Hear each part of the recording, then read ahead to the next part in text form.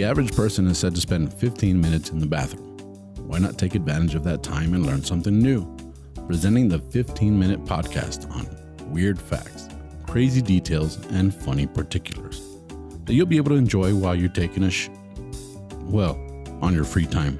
Welcome to This Shit with Sam Butler. Welcome to another episode of This Shit podcast. I'm your host, Sam Butler. Thank you guys for joining us. I have a very special guest, a good friend of ours here at the studio. He's actually our director. He was our director for the show at Late Night, the show we were all part of, and the live broadcasting that we've had at Des Muerto 1 and 2, Reanimado. And the huge success. I think there was like 30,000 live viewers at a time. A lot. So I'd like to welcome my friend Ram Cortez. Hi, how are you? How you doing, buddy? Great. Thank you for having me. And thank you for being here. You're like the first. You're like this is the first pot. We're popping your cherry tonight. Yeah. Thank you very much, man. In English. Yeah, in English. I love it. We're popping it in English. And he's making his debut also. Yes. Although we already recorded the Spanish one, but we're recording the English one now. But this is also your first time doing an English podcast. Yep. Yeah, it is. So we're popping like 3 cherries tonight. Damn. You know, I love it. It's one of those nights. But we do know you around the studio as a movie buff. You know, we know that you're like the movie guy. You talked about this in the Spanish episode. You had a radio show where you on AM. You know, where you talked about movies and stuff. And so I thought, hey, this is perfect. Let's talk about movies. You know, I wanted to do movie weird facts. Cool, man. It's easy. It's chill. 2 dudes drinking in a pub. Cheers. Cheers, man. You know, for movies. Let's have a good time. I love movies. I miss movies. Damn you, 2020. That was one of the only things I really enjoyed doing was going to the movie theater and sitting down. Well, I enjoyed a lot of other things, but that was one of the things I enjoyed the most. You know, when I was by myself and had nothing to do, that's exactly what I would do. I'd go hang out at the movie theater and have some popcorn. You got to have popcorn. Yep. Are you like, I don't know, but I don't know if the popcorn is considered expensive here at the movie theaters. It is. But in the US, it's more than the movie ticket sometimes, you know? Yeah, it is expensive here too. But you got to have it, you know? Of course, it's part of the experience, right? So we do have, I wanted to talk about movie weird facts. Are you familiar with the movie The Blues Brothers? Of course. Right? It's a classic. Yeah. Yeah, James Belushi, Dan Aykroyd. Well, an interesting fact about them, part of their budget, part of their writer, they had money set aside for cocaine. Okay. That's actually, you know, I used to produce comedy shows. And that's the first fact. That's the first fact. No, I would produce, and I'm not going to name names, but I had management say part of the writers an 8-ball of coke. Yeah, and I'm going like diet or regular, you know? They're like, no, dude, coke, you know? And it was like, whoa, I don't even know where to get that stuff, you know? So I had to ask other comics, you know, where do you get this stuff? I don't even know how do you deal with it? Yeah. So the Blues Brother production had a cocaine budget. That's a very, very interesting scene. Must have been fun. It was lots of fun, you know? And of course, we know that we lost James Belushi due to drugs, so maybe it was too much fun. Part of the budget. Part of the budget, you know. But it is. Oh, we lost John Belushi. We kept Jim. Oh yeah, we kept Jim. The wrong brother died. And that was Lolo, our producer. Well, thanks. Yeah, it was John Belushi. Jim Belushi is his brother. Yeah. Movie Django. Did you watch that movie? Yeah, of course. Tarantino. Are you a Tarantino fan? At his finest, yes. Yeah, I that movie was like shocking to me when I saw it. You know, it kind of it painted a different picture. You know what I'm saying? Like, first of all, I didn't realize when I know this is stupid, but I went to the movies to watch Tarantino. I went to the movies to watch Django. I didn't realize it was a Tarantino film. Oh, okay. I was just like, hey, I don't know what that Django movie is, but it looks interesting. Let's watch it, you know? And I was with my...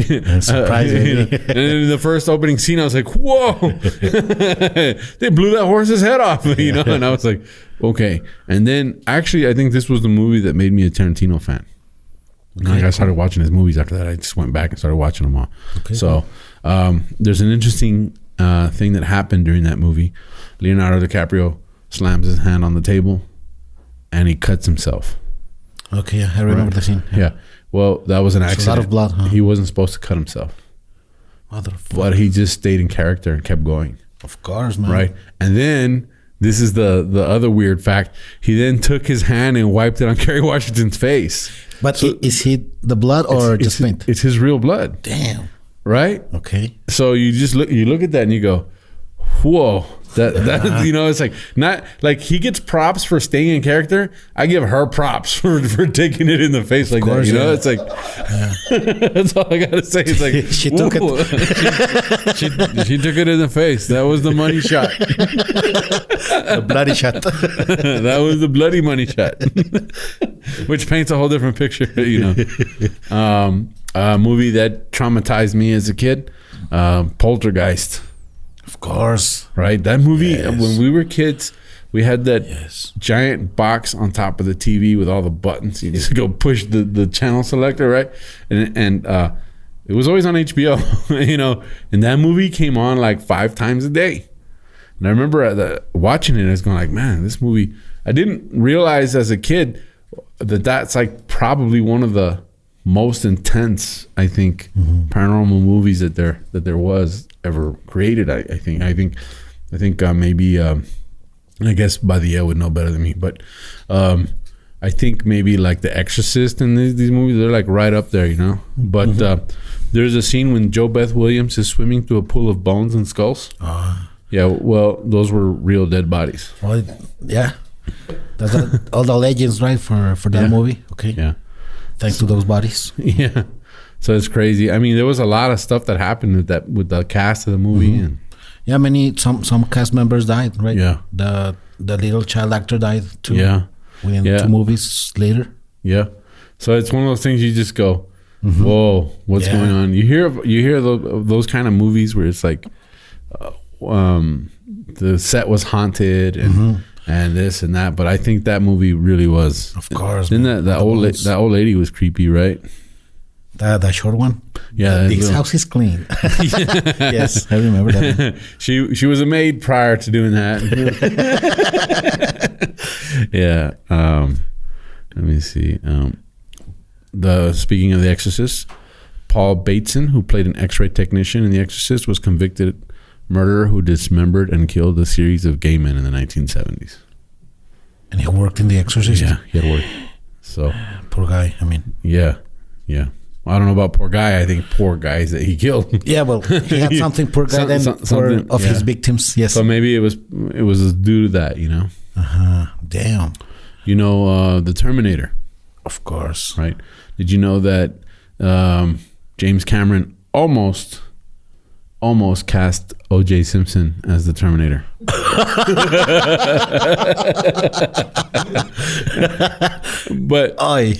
But he decided not to. You know why? Because he felt he was too pleasant to portray a dark character. Come on, O.J. Come on, Cameron. Yeah, so it's wow, crazy, right? That would be interesting. That would have been an interesting choice. Right? I don't think it would have been as successful. No, but it would have been successful after the murders. Yes. Yeah. Yes. That's one way of looking at it. You know, man. Are you familiar with Gene Kelly? Yes. Singing in the Rain, right? And that famous scene where he's dancing and singing in the rain. Well, he had 103-degree fever when that went down. Man, I didn't know that. Right. He was a pretty good artist. Pretty good actor. Doing that. Yeah. Jurassic Park. Okay. Right. You know the sound that the velociraptors make? How do you say it? I can't say it right now. Velociraptors? Velociraptors. Yeah. Velociraptors make in Jurassic Park was pretty scary, right? Yeah. Is that the one with the turtles? Yeah. Yep. They actually got the sound of turtles mating. And they used the sound of turtles mating. Sounds scary. As the sound of velociraptors. So yeah, pretty scary. Nightmare Before Christmas. You like that movie? Of course. Yeah, I mean it's a big deal. It's got a pop culture following now. Every year at Disneyland, they change the haunted house to the Nightmare Before Christmas. So cool. for Christmas time, But 1 minute of filming that film, 1 minute, took a week. Damn, stop motion at Yeah. its finest. Yes. Yeah. One of the most grossing movies ever financially because of the small budget was Blair Witch Project. It was all improvised.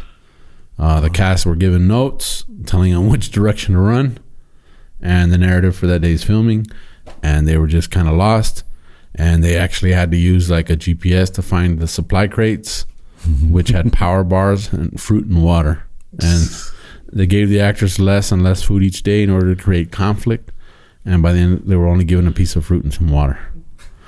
So they kind of lived it, you know. I mean, I remember watching that movie. It was pretty intense too. Of course, man. I saw it 3 times in the theater. Wow. Trying to see if they were really acting, what was going on. Yeah, and they were acting obviously, but Yeah, they did course. the whole thing in a camcorder, right? Yeah. Paranormal Activity was I think the highest grossing movie ever. Comparing it to the Comparing budget, it to right? the budget, yeah, I okay. think they had like a very small budget. Speaking of small budget films, what is it? The Dallas Buyers Club. Okay.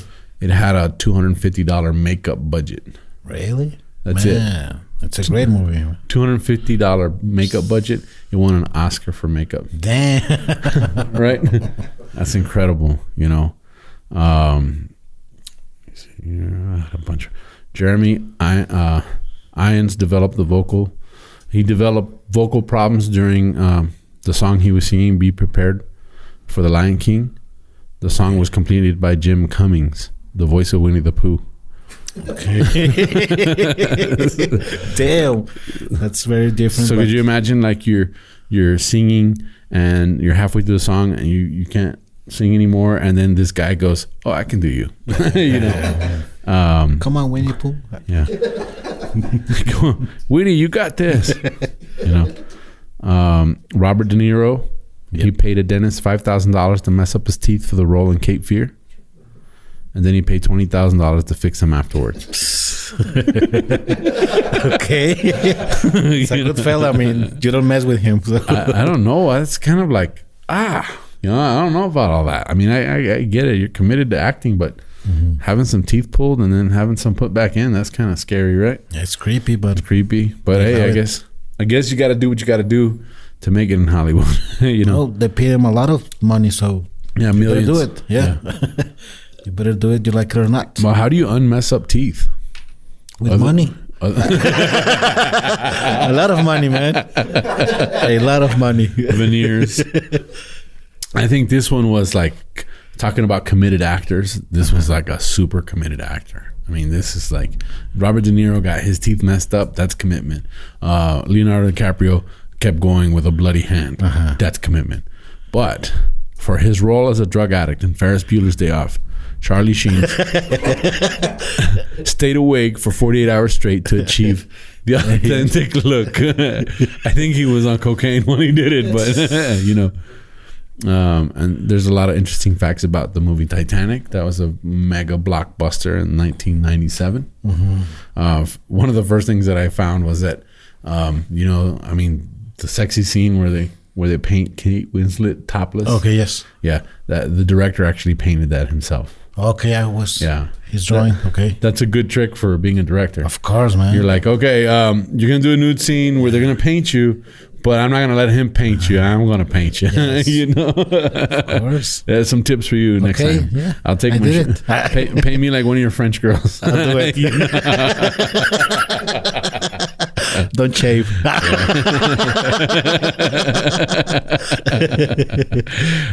Cameron's commitment to authenticity. And he was so committed to making it authentic that it actually solved the mystery about the actual ship. Damn. Yeah. Okay. They built everything to scale, and there was a mystery of what happened to the stairs on the shipwreck. So when they did the final scene and they started breaking the ship apart, the stairs broke off and floated away. And they went, "Oh, that's what happened to the original stairs." I thought that was a very Okay. Cool. right. Let me see. I heard that they were peeing on the pool when they were filming. Yeah. They had to pee inside, so they couldn't go to a restroom. Wow. So There's a lot of things like it took exactly the same amount of time in the film to watch the shipwreck happen when it hit the iceberg to the time that the ship actually sank. Okay. So they timed that perfect. So what you're watching, that's how long it took for that ship to sink. Okay. That's why the movie's 3 hours long. You know? Yeah. This was like, and I think this is like, cheers to everyone for this one, man. This is the shit of this episode. The man at the end that's drinking from a flask at the end of Titanic, if you remember that, he's drinking alcohol. Mm-hmm. It was based on a real passenger, right? Okay. This guy survived the cold in the Atlantic due to the blood alcohol level that he had in his system. Okay, then it's good to drink. So if Jack had gotten drunk, you know, or if she had given him space on the door, I think that's been proved too, that there was enough room on the door for both of them, you know. But it's it for this episode of the shit movie. I'd like to have you back. There's a lot of weird movie facts. When I was looking them up, there was like 180 movie facts you should know. So cool. Maybe we can do this again. Of have course, you back. Of course. Thank you for being here. And that wraps it up for this episode of the Shit Podcast. This is my friend Ram. Ram, how can people find you? You can find me on Facebook as Ramferi. You can find me through this guy. Yeah, I'll tag him on everything. It's easier. Ramferi, and then his Instagram's Doobies Boobies. Doobies Boobies. Doobies Boobies. Yep. Yeah, and he'll paint you like one of his French girls too. But that wraps it up. You can find me at Tu Amigo Sam on my social media. That's TU Amigo Sam on all my social media and on YouTube as well. And if you watch this on YouTube, please like, subscribe, leave a comment. We appreciate that. And you can find me on all the podcast platforms as Sta Cagado, STA Cagado podcast. That's it for this episode of The Shit. Thank you very much for being here. Thank you. We'll catch you guys on the next one.